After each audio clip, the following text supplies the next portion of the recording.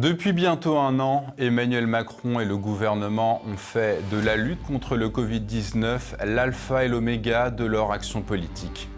Le confinement dont nous subissons les privations pour la deuxième fois est la mauvaise solution et sa fin n'est encore qu'hypothétique. Une chose est sûre, ses effets sur notre économie sont calamiteux. Plus de 700 000 emplois ont été détruits au premier semestre et 1,5 million de Français ont basculé dans la pauvreté. De leur côté, les médias de masse, alimentés par les subventions d'État et les revenus publicitaires des entreprises mondialisées, assurent le service après-vente d'une classe politique en phase terminale. Tous ceux qui remettent en question leurs affirmations péremptoires sont immédiatement accusés d'être complotistes, le mot à la mode, puis mis au pilori. Depuis sa naissance, TV Liberté est animée par deux valeurs, donner la parole aux oubliés et assurer son indépendance financière pour délivrer une information libre, authentique et contradictoire. Vous l'avez compris, TV Liberté a besoin de vous. Nous, journalistes de TV Liberté, avons besoin de votre aide et de votre soutien actif. Nous vous invitons à vous connecter sur tvliberté.com et à faire un don pour que vos idées portent plus fort. Rejoindre TV Liberté, c'est retrouver le goût de l'espoir. C'est affirmer haut et fort la volonté d'assurer un avenir à nos idéaux, au bien commun.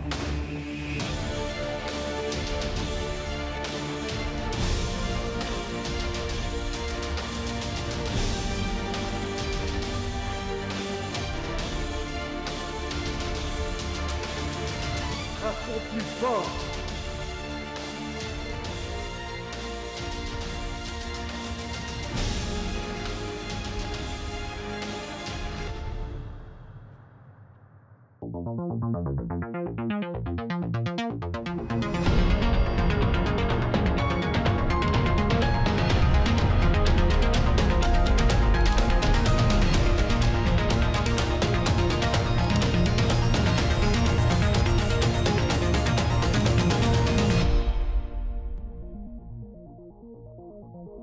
Bonjour à tous et bienvenue dans ce nouvel immédiat. Bonjour Jean-Yves. Bonjour Nicolas. Et je vous rappelle qu'il est très important que vous partagiez au maximum cette vidéo et que vous vous abonniez en nombre à la nouvelle chaîne dédiée à Immédiat TV Liberté. Au sommaire de ce numéro, nous verrons d'abord une vidéo dérangeante issue d'un centre de dépouillement de l'État de Géorgie aux États-Unis. Puis nous reviendrons sur l'entretien hallucinant accordé par Emmanuel Macron aux médias bruts. Dans la revue de presse, nous reviendrons sur l'actualité médiatique de la semaine. Et enfin, nous analyserons la minoration médiatique ayant suivi les violences des manifestants de l'extrême gauche.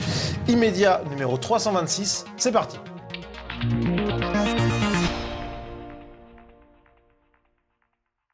Et pour commencer cette émission, c'est l'image de la semaine. Et cette image, Jean-Yves, c'est cette vidéo enregistrée par une caméra de vidéosurveillance d'un centre de dépouillement de l'État de Géorgie aux États-Unis.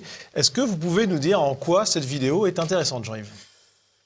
Si vous voulez, on voit des bulletins de vote qui apparaissent dessous la table. Bon, ça peut poser quelques questions. Et surtout, ce qui est intéressant, c'est que tout ça se fait alors que les représentants républicains ont été priés de partir, puisqu'on leur a dit c'est terminé, le dépouillement est terminé, vous pouvez rentrer chez vous. Et ça se passe après. Alors, les fact-checkers bien pensants disent « mais non, oui, mais les bulletins de vote étaient réguliers ». Évidemment, toute personne ayant procédé un jour ou l'autre dans sa vie à des contrôles d'opérations électorales est un peu sceptique sur la régularité du bulletin qui apparaissent après que les observateurs d'un des camps soient partis. Voilà, je n'en dirai pas plus, il faut être prudent. Ce qui est intéressant quand même dans l'affaire, c'est que la vidéo est quand même assez ébouriffante. Il y a eu les fact-checkers américains qui ont quand même été très très prudents, mais en France, on n'en a absolument pas parlé, ni même pour dire que tout ça n'existait pas. Silence, silence, silence. Ouais, la manière dont les médias français traitent cette élection est tout à fait extraordinaire. Deux exceptions quand même notables, Russia Today et Sputnik, qui ont évoqué l'affaire. Oui, mais ce sont des médias dont on nous précise qu'ils appartiennent à l'État russe pour qu'on s'en méfie, voilà. mais qui sont effectivement des médias qui font le job. Ouais, Voilà. les autres n'ont pas fait, ce qui est assez incroyable. Alors par contre, on a sur cette situation américaine, de manière plus large, Jean-Yves, on a cet article de 20 minutes qui est certain, son auteur est certain. La Cour suprême coule les derniers espoirs de Donald Trump. Qu'est-ce qu'on peut dire un petit peu sur la situation aux États-Unis? Ah bah écoutez, là je vais citer, vous verrez que ma caution est bourgeoise, Laurence Haïm, qui est une militante démocrate, enfin les journalistes françaises soi-disant, mais les militantes démocrates et macronistes, elle a été employée par Macron, elle est installée aux États-Unis, elle alerte quand même, il faut bien reconnaître qu'elle alerte quand même ses confrères sur le fait que la situation n'est pas aussi simple que ça. Et ce matin même, jeudi matin, elle a publié un tweet, breaking, attention, alerte, 17 États, attention, 17 États. 17 États américains se sont constitués auprès de la Cour suprême des États-Unis pour demander que les élections soient annulées dans 4 autres États, c'est-à-dire la Géorgie, le Wisconsin, la Pennsylvanie et le quatrième membre, enfin 4 États, parce que ces États ont fait voter par correspondance de manière contraire à leur propre constitution. C'est-à-dire que la constitution, notamment de Pennsylvanie, prévoit que pour voter autrement qu'en étant sur place, il faut des motifs. Et en l'occurrence, c'est dans la constitution de la Pennsylvanie. Ouais. Et en l'occurrence, les gens ont voté massivement par correspondance, ou on a voté pour eux, je ne sais pas, sans motif. Et donc, c'est un vrai sujet juridique. Alors, qu'est-ce que la Cour suprême va faire? Si elle applique la lettre des constitutions, elle va sûrement annuler les élections. Bah, c'est pas évident quand même. Mais... Si elle applique la lettre, elle va le faire. Ouais. Si elle prend en compte d'autres éléments, peut-être l'urgence sanitaire, que sais-je encore, elle n'annulera pas, peut-être. Ouais. Mais en tout cas, nous n'allons pas trancher, en tout cas pas trancher à la place de la Cour suprême. En tout cas, c'est un sujet dont les médias français devraient parler s'ils faisaient de l'information. Mais il n'y en a aucun qui en a parlé. Ah oui, je ne dis pas, ça y est, c'est fait, la Cour suprême va écarter le vote de 4 États qui ont été faits, en tout cas selon les 17 États, mais 17 États américains qui se constituent pour demander l'annulation de l'élection dans 4 autres États, c'est quand même un vrai sujet. C'est une sorte de guerre de sécession judiciaire, ouais. Avec des États, les grands États du centre de l'Amérique, qui sont un peu en sécession contre les États d'autres États démocrates. Et par un mot dans les médias français ce matin, en tout cas pour le moment, à l'heure où on enregistre cette émission, pas un mot. Et Jean-Yves, pour conclure sur cette affaire américaine, cette décision de YouTube annoncée hier, avec tout simplement l'annonce de la suppression de tout contenu publié à partir de la publication donc, de cette information, tout contenu qui induirait les gens en erreur en prétendant que des fraudes ou des erreurs généralisées ont changé le résultat de l'élection présidentielle américaine de 2020. Donc toutes les vidéos qui contesteront cette réalité selon YouTube seront supprimées. C'est assez étrange parce que YouTube a laissé, d'ailleurs c'est très bien, toutes les vidéos qui ont expliqué que les élections de 2016 avaient été influencées par les Russes. Influencées, c'est une chose puisqu'on agit sur l'idée des électeurs. Frauder, c'en est une autre. Bon, ils ont laissé toutes ces vidéos. Bon, oui, le complot russe de l'époque. Le complot russe, on en a, Dieu sait si on a entendu parler. Là où ça met un peu mal à l'aise quand même, quel que soit ce que la Cour suprême fasse, bon, effectivement, si la Cour suprême confirme l'élection de Biden, bon, on verra peut-être que Trump a encore des cartes dans sa manche, mais là, ça devient plus difficile. Mais même si il y a eu des fraudes, personne ne nie qu'il y a eu des fraudes. La question, c'est de savoir si elles ont été suffisamment massives pour changer le résultat. Mais personne ne nie qu'il y a eu des fraudes. Les fraudes, c'est pénal. Donc il y aura des actions pénales. Donc ces élections, elles auront des suites pénales, plus ou moins importantes, je n'en sais rien. Et donc c'est quand même extrêmement gênant de censurer par avance ce qui relèvera de l'actualité politique et judiciaire. Ouais, c'est très grave, mais on n'est malheureusement plus tant étonné que ça par la censure des réseaux sociaux et YouTube en particulier. Si vous voulez, dans les conditions qui sont exigées quand vous voulez frauder à une élection, il y a besoin d'avoir un soutien médiatique et un soutien des réseaux d'information. Donc d'un certain point de vue, le soutien médiatique et le soutien des réseaux d'information ne plaident pas du côté de l'innocence. Passons au premier sujet, Macron, la haine de la France à l'état brut.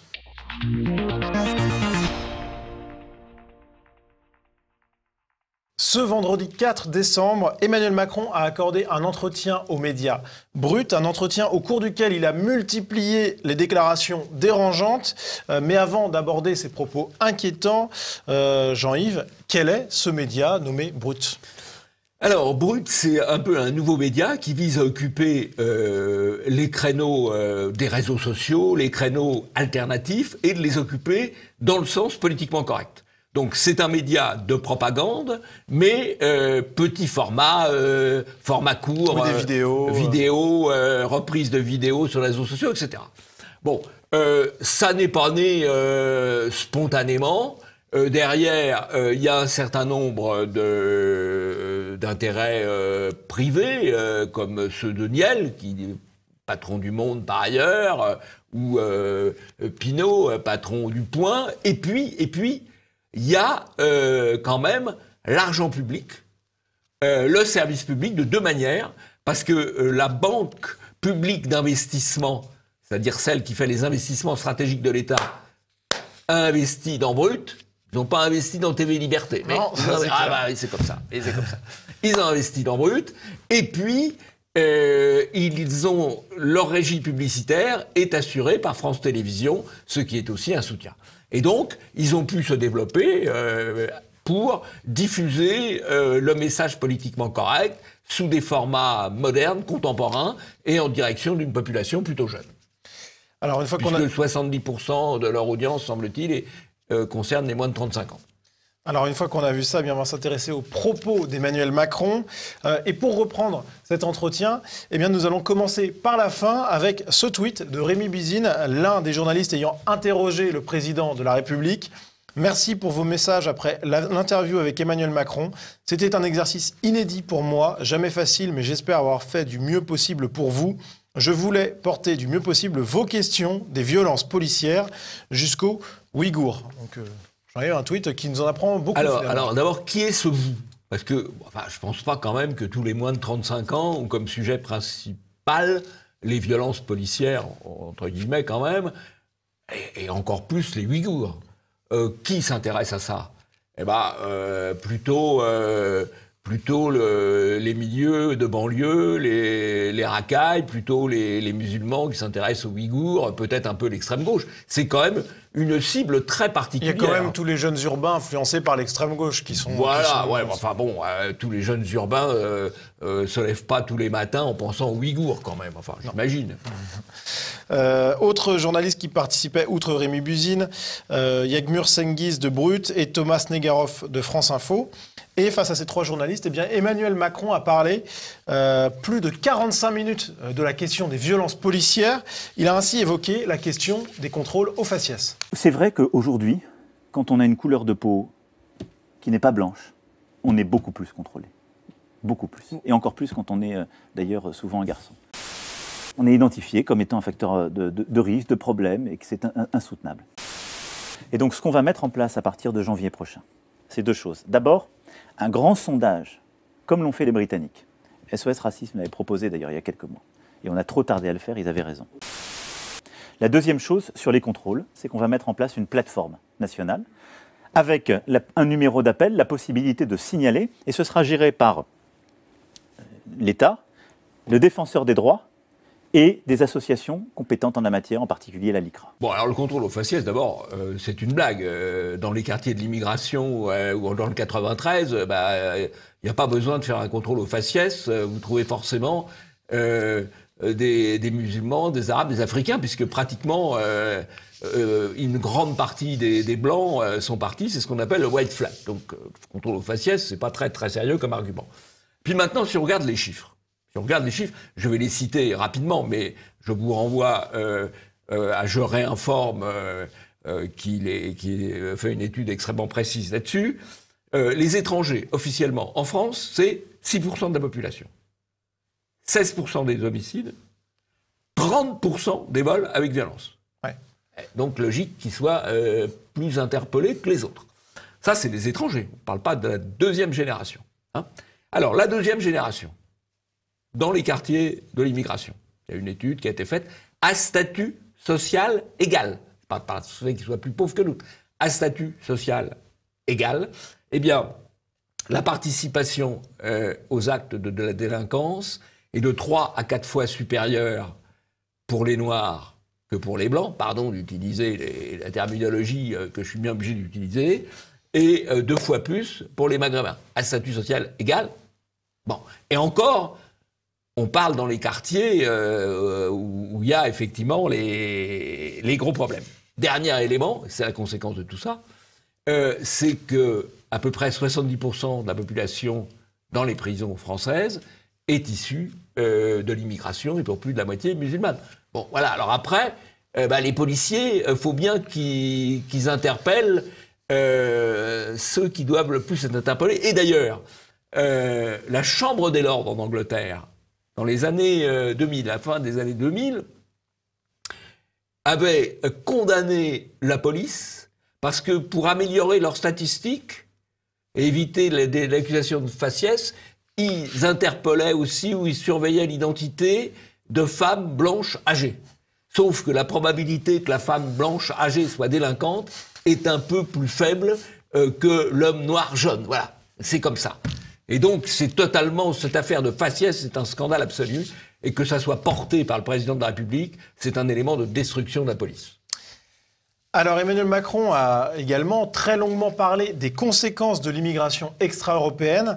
Interrogé sur l'affaire Mila, cette jeune femme française vivant désormais cachée après avoir critiqué l'islam, eh bien, Emmanuel Macron a répondu en glorifiant l'islam. La France, elle n'a pas de problème avec l'islam.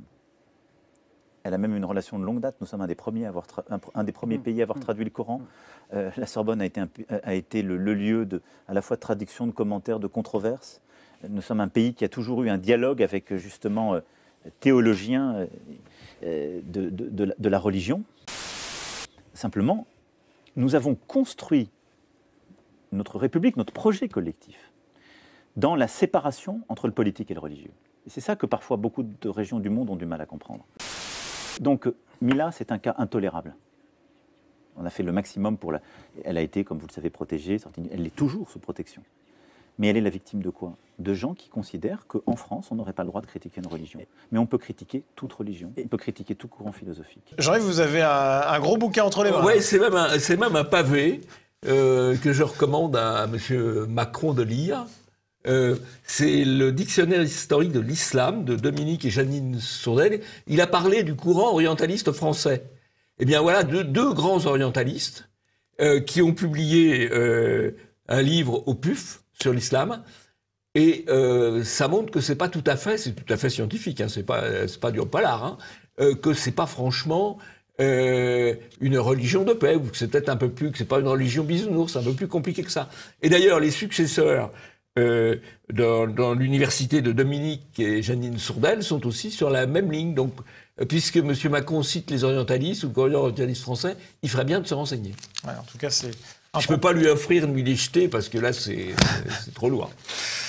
C'est un propos de plus, effectivement, assez gênant dans cet entretien.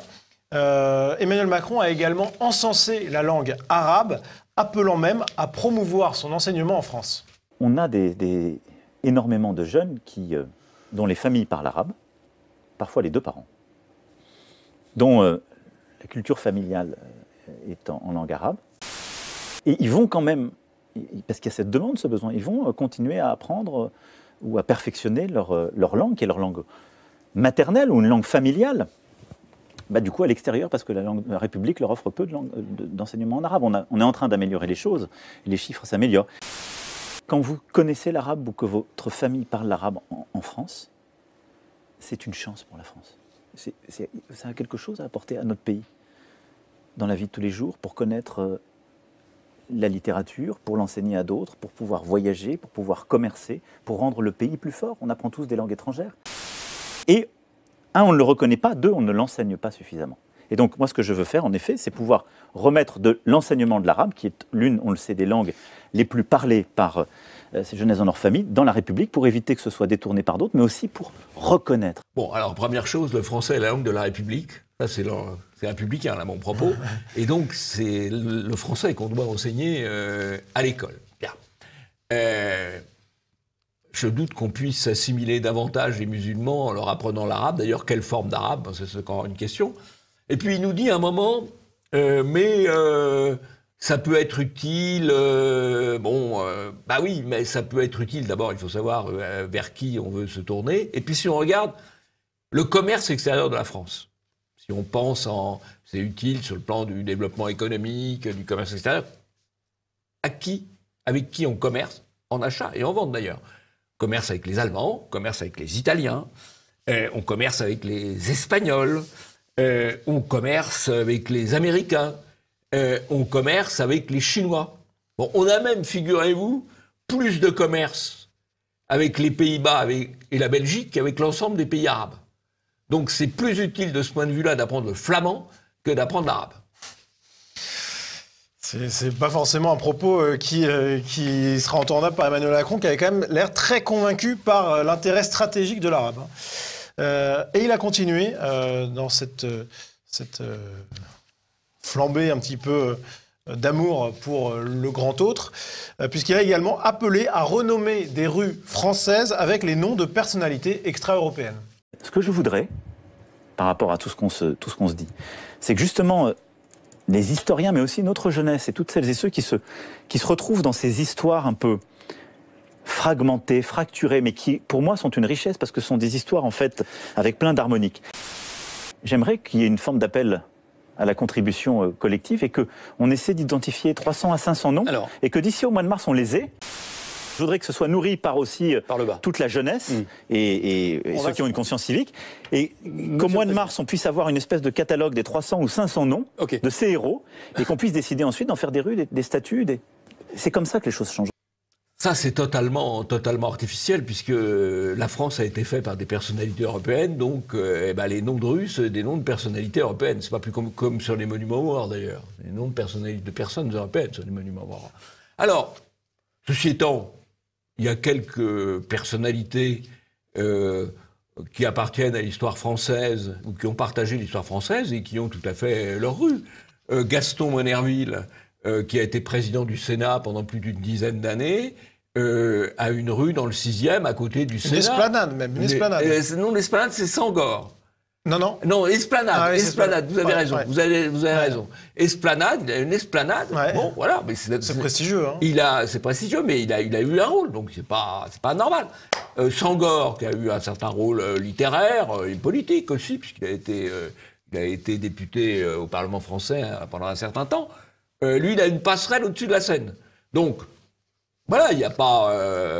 c'est pas anormal, mais en trouver 500 équivalents, ça va être un peu dur. C'est le moins qu'on puisse dire. Et enfin, on a le meilleur pour la fin, avec la réponse d'Emmanuel Macron à cette question. C'est quoi être français? C'est quoi exactement être français aujourd'hui en 2020? D'abord, c'est participer à un projet, à une citoyenneté. On n'est pas un pays où il y a le droit du sang. Et être français, c'est pas une couleur et c'est pas une religion. Premier point. C'est une histoire qui a été nourrie par la religion catholique, l'apport du protestantisme ensuite, l'apport du judaïsme et plus récemment l'apport de l'islam. Et donc qui a connu différentes religions mais qui s'est construit comme un projet. Et être français, c'est d'abord être un citoyen. C'est-à-dire adhérer à des valeurs. Liberté, égalité, fraternité, laïcité. Être français, c'est ensuite habiter une langue. Et pour moi, c'est extrêmement important. Et donc, c'est appartenir à une histoire, mais qui est enrichie de toutes vos histoires. Et donc, ce n'est pas une histoire unique qui est déjà écrite et figée. Et elle se nourrit de toutes ces histoires venant de tous les continents, parce que la France est un pays-monde, en quelque sorte. Être français, c'est pas grand-chose, hein, puisque c'est surtout une définition négative, c'est accepter l'autre, en quelque sorte, accepter ce qui n'est pas soi. Ce n'est pas tout à fait la définition du général de Gaulle. nous sommes avant tout un peuple de race blanche, de culture gréco-latine et de religion chrétienne. C'est un peu plus précis et un peu plus construit que ce qu'a bien voulu nous dire Macron. Et puis on peut renvoyer sur la vidéo de Paul Emiat, être français. Oui, vous êtes la voix off, comme on Voilà, dit. voilà. Pardonnez-moi pour cet anglicisme. Une page de publicité. Alors, quelques réactions à ce discours assez incroyable. On a par exemple Gabriel Robin de l'Incorrect, adresse à la jeunesse d'Emmanuel Macron. 1 heure entière sur les banlieues, la police, l'immigration. Rien sur l'emploi, la ruralité, la sécurité, la tradition. Minable. C'est plutôt... Oui, c'est juste. Alors, ce qui est intéressant quand même, c'est qu'en même temps qu'on nie l'existence du grand remplacement, quand Macron s'adresse à la jeunesse, il cible la jeunesse issue de l'immigration. Ouais. Donc, alors, pourquoi il la cible? Parce que potentiellement, c'est une cible électorale. Hein. Ouais. Autre réaction d'un jeune, Jordan Bardella, qui n'a pas été convaincu, qui tweet « Flatter le communautarisme est l'unique valeur constante du macronisme. Il voit la France au travers d'une addition de clientèle à qui il distribue des gages, quitte à se contredire. Le séparatiste, c'est lui. » Donc Jean-Yves, c'est une analyse... Très lucide, très juste. Et ce qu'on peut dire, Jean-Yves, c'est que les jeunes auraient été touchés, selon Brut, qui parle de 7 millions de jeunes qui ont vu l'interview d'Emmanuel Macron sur les réseaux sociaux. Alors, il y a certainement eu, mais c'est des vues fugitives. Il n'y a pas 7 millions de jeunes donc ont passé 1h15. Oui, ni même plus de 2 minutes, à mon avis. Même peut-être plus de 2 minutes, mais enfin, c'est quand même de l'immersion. Voilà. Donc c'est sûrement une bonne opération de propagande. Et quand on analyse un petit peu cet entretien, on voit quand même qu'il y a eu des propos qui étaient quand même un petit peu hallucinants. C'est un peu cette détestation de la France, de l'identité française. Finalement, à quoi joue Emmanuel Macron? Alors, il y a la version cynique. Il flatte une clientèle électorale, après il en flattera une autre. Et puis il y a le fond. Il participe d'une entreprise de démolition de la France. Qui prend des formes diverses d'ailleurs, quand il brade une partie du patrimoine stratégique, qui participe de la démolition de la France, quand il laisse détruire des paysages ou des bâtiments, il participe de la démolition de la France. Et là, en l'occurrence, c'est une démolition un peu plus globale, puisqu'il s'attaque à l'identité même de la France, et puis, indirectement, il frappe 2 grandes institutions, la police et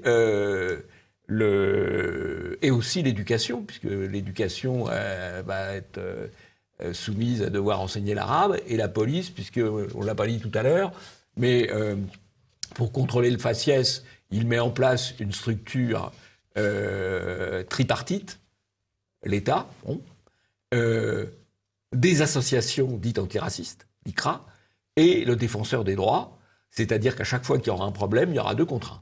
Oui, les associations antiracistes et le défenseur des droits contre l'État. C'est un peu comme la Cour nationale du droit d'asile, où sur 3 juges, il y en a a priori 2 qui sont du côté du demandeur d'asile, un du côté de l'État, et bien là, ce sera pareil. Il y en aura un qui sera plutôt du côté de la police et 2 autres du côté de ceux qui s'en plaignent. Mais on suivra ça. En attendant, on va passer à la revue de presse.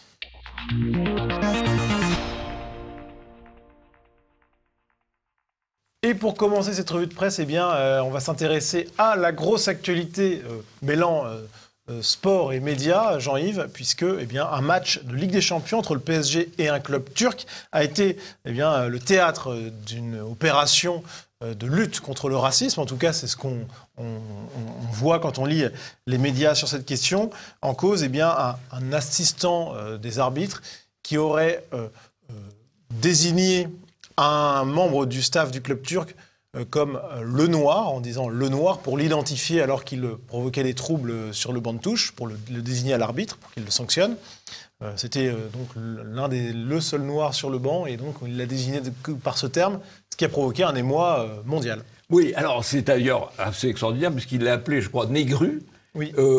C'est-à-dire effectivement noir en roumain, mais sans que ça ait une connotation péjoratif en roumain. Voilà. Donc, on monte une affaire sur rien, quoi. Plus rien. On a ce tweet de Daniel Conversano, qui est un Français vivant à Bucarest, et qui dit « J'habite à Bucarest, j'entends le mot négru 80 fois par jour. Tout le monde s'en fout de votre antiracisme de taré ici. » Bon, ça a le mérite d'être clair. Ben voilà, oui, mais c'est le bon sens. Le bon sens vu de Bucarest. En tout cas, il y a un bon sens qui était aussi sur les plateaux de télévision de l'équipe, avec Didier Roustan, qui prend l'exemple d'une scène hypothétique se déroulant à Douala au Cameroun pour expliquer un petit peu la situation. On est à Douala, ville que tu connais bien, Il y a 7 noirs sur le banc, un blanc, d'accord? Ou même 2 blancs, 7 noirs. Il y a l'arbitre principal qui demande au 4e arbitre qui fout le bordel là. Si le 4e arbitre dit c'est le blanc là qui fout le bordel, il n'y aura jamais de problème. Hein. Et le blanc, il ne va pas s'offusquer. Hein. C'est un peu du bon sens. Hein. Vous voulez être rapide, vous connaissez pas le nom du gars. Il n'a pas forcément un numéro sur le maillot. Bah, vous le décrivez physiquement. L'homme, la femme, le blanc, le noir, le vieux, le jeune, les constantes biologiques, on peut dire. Alors, à noter sur cette... Le chauve. Oui, le chauve aussi, c'est par vrai. exemple. Ouais. C'est cette opération un petit peu d'émoi mondial, eh bien, elle a été bien dénoncée par Parivox, un psychodrame antiraciste au Parc des Princes. Et il y a eu de nombreuses indignations. Alors on note par exemple le média très politiquement correct SoFoot, hein, qui salue la réaction des joueurs qui ont quitté la pelouse.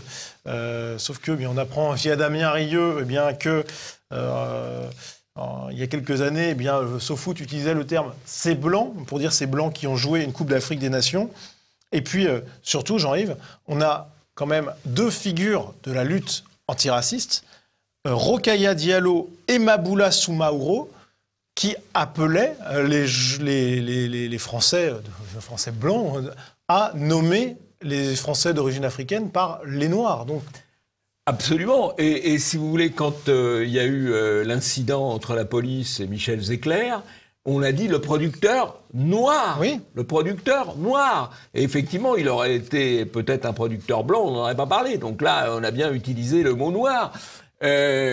Monsieur Biden a annoncé, il n'est pas encore confirmé, mais enfin a annoncé que s'il s'installait à la Maison-Blanche, il le nommerait un général noir comme secrétaire à la Défense. Bon, voilà, donc le mot, il est bien utilisé. Alors, dans certains cas, il faut l'utiliser, dans d'autres cas, il ne faut pas l'utiliser. C'est drôlement compliqué, hein. Bon, en tout cas, cette affaire est compliquée à plus d'un titre, puisqu'on a eu Pierre Webo, qui est donc le fameux Africain qui a été désigné par l'arbitre comme noir, qui a été accusé de racisme pour avoir proféré à plusieurs reprises des insultes, en qualifiant les arbitres roumains de gitans. Voilà, donc il y a ça. Et puis, on a également le compte Twitter de Dembaba, un autre membre du staff turc d'origine africaine, qui a été analysé un petit peu par une tweetos. Et on voit que ce Dembaba, qui est une icône de l'antiracisme aujourd'hui, eh bien, était un soutien du fondateur de Baraka City, une ONG islamiste, qu'il s'était réjoui de la conversion à l'islam de Sophie Petronin, qui avait été otage pendant 4 ans des djihadistes d'Al-Qaïda, qu'il s'était également réjoui de la transformation de Sainte-Sophie en mosquée par Erdogan, qu'il soutenait Erdogan. Bon, voilà. Et qu'il avait tweeté, alors il y a eu plusieurs tweets où il parlait, par exemple, d'homme noir, ou le noir, ou même où il pointait du doigt le blanc. Donc, dans un cas, ça l'arrangeait, dans l'autre, un petit peu moins. Et pour conclure sur cette affaire, on a un cas qui est assez éclairant. C'est celui du basket, un autre sport à ballon, où il y a eu des injures racistes proférées par un basketteur noir contre un basketteur blanc. Concrètement, le terme c'est bitch ass white boy, ce qui pourrait se traduire, pardonnez-moi les termes, chers téléspectateurs, mais par fiotte blanche, en gros, pour avoir une traduction. Et à ce moment-là... Là, c'est pas raciste, alors. C'était pas raciste. Ah bon. Et quand on voit les titres de l'époque, c'est le joueur a été secoué par l'insulte. Secoué, c'est pas la même chose que dans un autre cas. Et puis, quelques jours après, on voit l'affaire est close. Les joueurs se sont excusés avec le site Basket Session qui titre « Tout va bien, pas besoin d'en rajouter ». Jean-Yves, il y a des moments où on en rajoute plus que d'autres. Oui, voilà. Et puis alors, bon, c'est difficile de s'en sortir parce que ne pas dire noir, ça peut être du racisme par invisibilisation. Et dire noir, ça peut être aussi du racisme. Alors, c'est hyper compliqué le truc. Hein. Ouais, c'est complexe à gérer. Je pense qu'il y a un moment où il va falloir trancher. Hein. Passons à un autre sujet, tout autre, celui de ce jeune, on va dire, artiste, graphiste, qui a décidé de créer un alphabet non genré. On va regarder la vidéo de France Culture tout de suite. La langue française met de côté certaines personnes qui, aujourd'hui, plus que jamais, cherchent à se faire une place dans notre monde.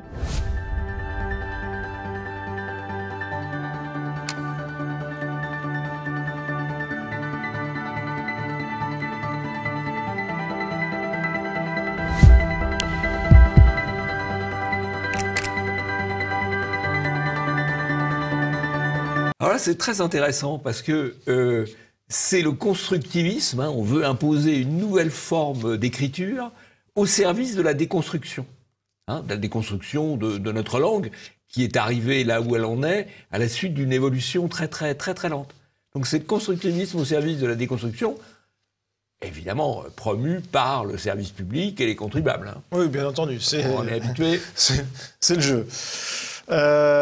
Autre actualité médiatique, eh bien, Jean-Yves, je crois qu'un certain Laurent Ruquier a rejoint le camp des fachos. Alors bon, avec tout ce qu'il a fait quand même, alors là c'est formidable. Bah, bienvenue au club, camarade, bienvenue au club. Donc est-ce que vous pouvez nous en dire un petit peu plus sur ce qui s'est passé ? Il y a eu une enquête extrêmement poussée de l'association des journalistes LGBTQXYZ, je crois, qui sur...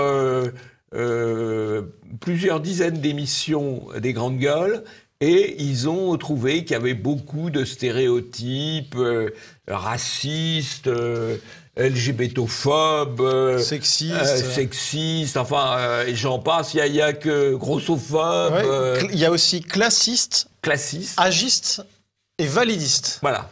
Donc pour les téléspectateurs, classiste, c'est donc le mépris de classe. Agiste, c'est le mépris dû à quelqu'un qui serait plus vieux ou plus jeune et du coup on se moque de son âge. Et validiste, c'est le fait de se moquer de quelqu'un qui n'aurait pas toutes ses facultés physiques. Mmh. Il manque la chauvophobie, Jonathan. Oui, ça c'est clair qu'il n'y a pas. Ça c'est assez scandaleux. Oui, alors en fait ça veut dire quoi ? Ça veut dire qu'il n'est plus possible de rire de rien. Parce qu'effectivement, quand vous caricaturez quelqu'un, bah, vous allez trouver ses traits. Alors... ça peut être des traits physiques, ça peut être des traits... Bon, voilà. Donc, il est plus permis de rire. Nous sommes en train de... Tous ces gens-là sont en train de nous préparer un asile à ciel ouvert. Ceci étant dit, Laurent Ruquier, qui est un combattant du politiquement correct, qui se retrouve un petit peu pris à son propre piège. Hein. Oui, mais comme tout le monde. Hein, c'est la machine infernale. Vous savez, c'est comme dans les purges staliniennes, où toute purge appelle la purge suivante. Et donc, tous ces gens qui ont participé aux purges de gens qui n'étaient pas tout à fait politiquement corrects à leurs yeux, ils finissent par être purgés, ou être attaqués. Voilà. Ouais, c'est vrai. Et oui. C'est comme sous la Révolution française aussi. Où on envoyait à la guillotine, puis le type qui avait envoyé un autre à la guillotine, bah, il était lui-même envoyé à la guillotine. Il passait. Donc là, c'était au tour de Laurent Ruquier. Il serait temps de faire un thermidor culturel. Alors... autre actualité, Radio France qui veut proscrire la mention chrétien d'Orient dans ses pubs. Jean-Yves, c'était une actu du début de semaine. Alors, Radio France, ils sont formidables parce qu'ils passent des pubs gratuites pour SOS Méditerranée, l'association immigrationniste qui travaille pour les passeurs. Ça, ils ont des pubs gratuites et ils refusent, ou ils voulaient refuser, parce que finalement, ils l'ont accepté, une publicité payante pour l'œuvre d'Orient. Ouais. Voilà. Heureusement, ça a été accepté finalement après tractation, mais enfin, c'est quand même inquiétant. Et ce qui est aussi inquiétant, eh bien, c'est cet hommage au terroriste qui a tué Samuel Paty en Tchétchénie. Et on lit même dans cette traduction Un panneau portant le nom d'Anzorov, le terroriste, est apparu dans le village tchétchène. Ainsi, les habitants locaux ont rebaptisé l'une des rues en l'honneur du terroriste. Bah, ça devrait plaire à Macron, ça. Oui, il a rebaptisé les... Bah les oui. rues. En tout cas, c'est vraiment une information incroyable. Et fait tout aussi incroyable, seule Marianne en a parlé en France à notre connaissance au moment autour de cette émission. Donc bon, là, c'est une info qui aurait pu faire la une de plus d'un média. Et justement, Jean-Yves, puisqu'on parle de sélectivité médiatique, on va écouter Jordan Bardella à ce propos. On se souvient du nom de Théo, on se souvient du nom de ce Michel, qui a été lui aussi victime, et les images ont choqué tout le monde. Et là encore, je n'ai pas de oui mais, on se souvient des Traoré. Mais en revanche, malheureusement, personne n'est capable aujourd'hui de se souvenir des noms des 3 victimes de l'attentat de Nice. À un moment donné, si vous voulez, je trouve qu'il y a un traitement de l'information qui est un peu sélective. Et cette sélection, en tout cas, cette sélectivité dans ce que je considère comme une dictature de l'émotion et de l'image, elle est alimentée par toute une partie de la gauche. Vous savez les prénoms, vous, des victimes de Nice, Nicolas? Très honnêtement, non. Alors écoutez, j'ai recherché, mais on n'en a pas entendu parler. Jamais ils ont été appelés sous leur prénom. Parce que ça crée le premier jour, quand même, oui, il y a eu 2-3 jours. On ne les a pas appelés sous le prénom, si vous voulez. Ou on n'a pas parlé suffisamment pour retenir les prénoms. Voilà. Théo, ça, on connaît, Adama, on connaît. Oui. Voilà. Michel Zecler, le producteur. Michel aussi, etc. Eh bien, les prénoms, c'est Vincent, Simone et Nadine. Ouais. Voilà. C'est vrai qu'on les a beaucoup moins entendus et ça en dit long sur, effectivement, la sélectivité médiatique. Parce que le médiatique. prénom, ça amène l'émotion. Oui, ça... Voilà. Et donc, dans un cas, on donne le prénom pour créer la familiarité, la proximité. Dans l'autre cas, on en parle un peu avec le nom et après, on occupe. Très juste. Et on ne fait pas de portrait, ou peu de portraits. Alors, actualité service public avec France 2 qui décide de dire adieu au programme artistique Dardar, qui a officié pendant 18 ans. Donc, c'est pas mal, hein, une émission qui dure 18 ans, c'est rare. Et qui est remplacée par O Africart, une émission qui sera dédiée aux arts contemporains africains. Alors, 2 remarques. D'abord, on privilégie un art qui vient d'ailleurs. On privilégie aussi, il y a derrière ça des opérations des marchands d'art. Hein. Les marchands d'art ont un peu épuisé la filière de l'art contemporain, on va dire, classique. Et donc, ils ont développé la filière de l'art africain et maintenant, ils vont essayer de développer une filière d'art africain contemporain. Donc, il y a du business derrière. Hein. Mais tout ça se fait avec l'argent du service public. Avec, chers téléspectateurs, votre argent. Alors, il y a une solution quand même pour payer moins d'impôts, c'est de donner à TV Liberté pour nous permettre de faire de la contre-information, de la réinformation, et pour vous permettre d'avoir un peu de déduction fiscale. Voilà, ça va être Noël bientôt, c'est la fin de l'année bientôt, c'est le moment de penser à aider TV Liberté, c'est quand même plus utile que le service public audiovisuel. Et promis, Imedia ne sera pas remplacé par une émission sur l'art contemporain africain, il y a peu de risques. Service public toujours, avec cette nouvelle, Radio France, qui fait pression sur l'hébergeur Internet de l'Observatoire du journalisme pour faire taire l'OGIM. C'est quand même inquiétant, Jean-Yves. Alors, c'est tout à fait inquiétant parce que ils auraient parfaitement pu, s'ils estimaient que certains articles de l'OGIM, qui en l'occurrence sont des articles humoristiques, humoristiques, un petit peu d'humeur, voilà. Bon, s'ils estimaient que c'était injurieux ou diffamatoire, ils pouvaient tout à fait engager une action en justice. Hein, oui, Radio France pouvait engager une action en justice. Ils ne l'ont pas fait, mais ils demandent à l'hébergeur, vous les sucrez. Oui, un bon courrier d'avocat qui fait pression. C'est quand même assez extraordinaire. Quoi. Ouais, c'est très grave. Alors bon, la bonne nouvelle, c'est que l'OVH a quand même compris la manip et qu'ils ont bien noté qu'il n'y avait pas d'illégalité manifeste. Donc, ils n'ont pas supprimé les articles et même l'hébergement de l'OGIM en règle générale. Maintenant, il y a peut-être des poursuites judiciaires qui vont être engagées par Radio France, on verra. Passons au deuxième sujet. Violence d'extrême gauche, un sentiment trompeur d'embrasement.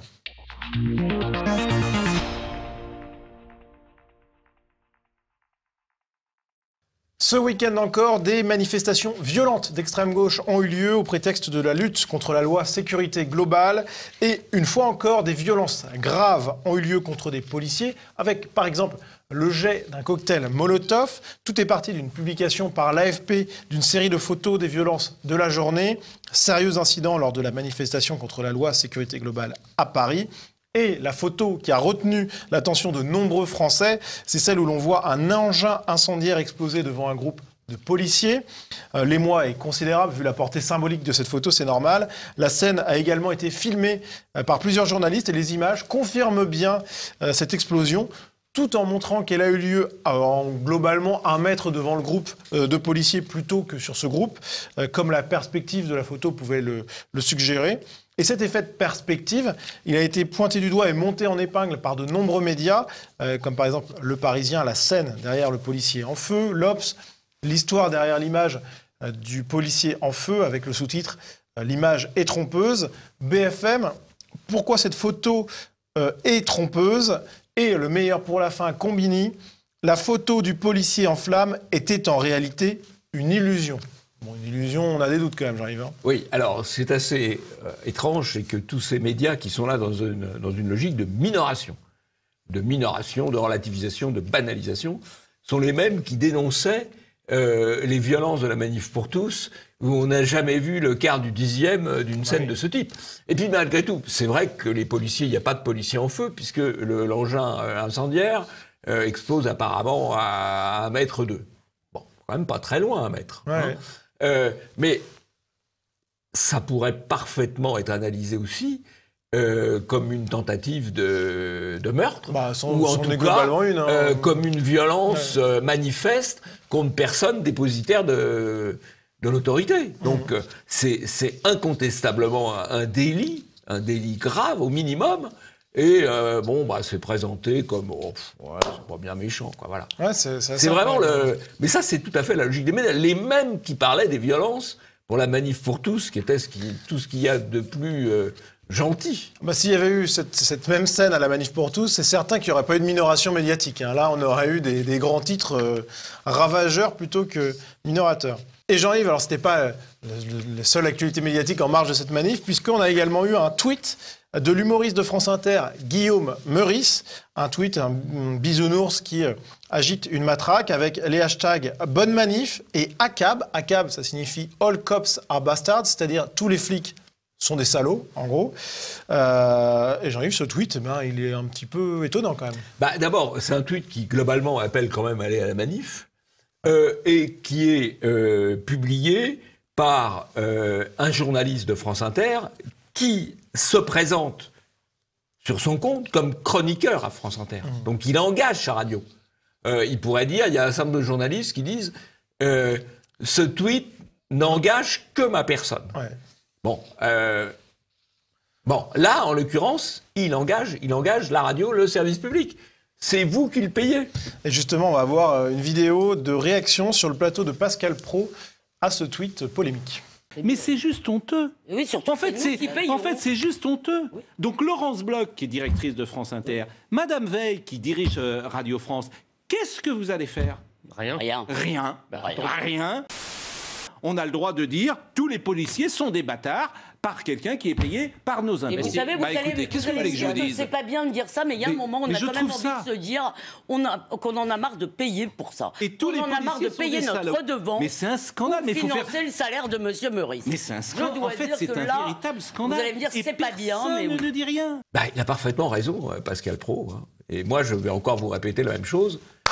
Payer le moins possible d'impôts en obtenant des déductions fiscales par des dons à TV Liberté. Oui, c'est clair que quand on voit ça, c'est assez étonnant. On va voir si Guillaume Meurice sera sanctionné ou pas. On se souvient qu'un autre humoriste de France Inter avait violemment blasphémé contre Jésus. On se souvient d'une chanson qui, en plus de ne pas être drôle pour un sou, était vraiment violente. Pas eu de sanction particulière, donc on verra ce qu'il en est pour ce tweet. Dernière chose sur cette affaire, Jean-Yves, un tweet de Jacques Peuzet de Libération qui reproche aux syndicats policiers de ne pas respecter un certain devoir de réserve. Oui, alors ça c'est assez marrant, c'est les journalistes qui donne des leçons de devoir de réserve à des syndicalistes. Alors déjà, le devoir de réserve, ça existe dans l'administration, c'est sûr, mais c'est extrêmement élargi pour le syndicaliste. Bon. Et en l'occurrence, ce qui est reproché aux policiers, quand on dit qu'ils demandent au devoir de réserve, c'est précisément, on pense à Linda Kebab, qui a dit les Black Blocs sont protégés. Voilà, c'est ça qu'on veut empêcher de dire, entre autres. Et puis on veut empêcher les policiers de montrer des images où ils sont quand même exposés à des traquenards, à des guet-apens, que sais-je encore. Voilà. On veut censurer. Là, c'est Libération qui appelle au fond à la censure. Et ce qui est certain, Jean-Yves, c'est que à Libération, justement, il n'y a pas de devoir de réserve. Ça, c'est clair qu'ils donnent leur avis, les journalistes. Non, mais il y a un devoir de censure. Oui, il y a un devoir de censure. Il y a un devoir de censure. Jean-Yves, ça va être la fin de cette émission, mais vous avez un coup de chapeau à une personnalité médiatique bien connue. Ah oui, à Jean-Pierre Pernaut, qui va reprendre du service avec sa propre chaîne, enfin en liaison avec TF1, pour des informations régionales à sa manière, pour traiter l'actualité de manière hebdomadaire et pour des reportages. Bon, ça va être un petit peu de souffle, j'espère, de politiquement incorrect sur un grand média. Voilà. Bon courage. On suivra ça avec attention. JPP TV. Voilà. C'est la fin de cette émission. Merci à vous de l'avoir suivi. N'oubliez pas de partager au maximum cette vidéo autour de vous. Et puis Jean-Yves, on se dit à la semaine prochaine. À la semaine prochaine.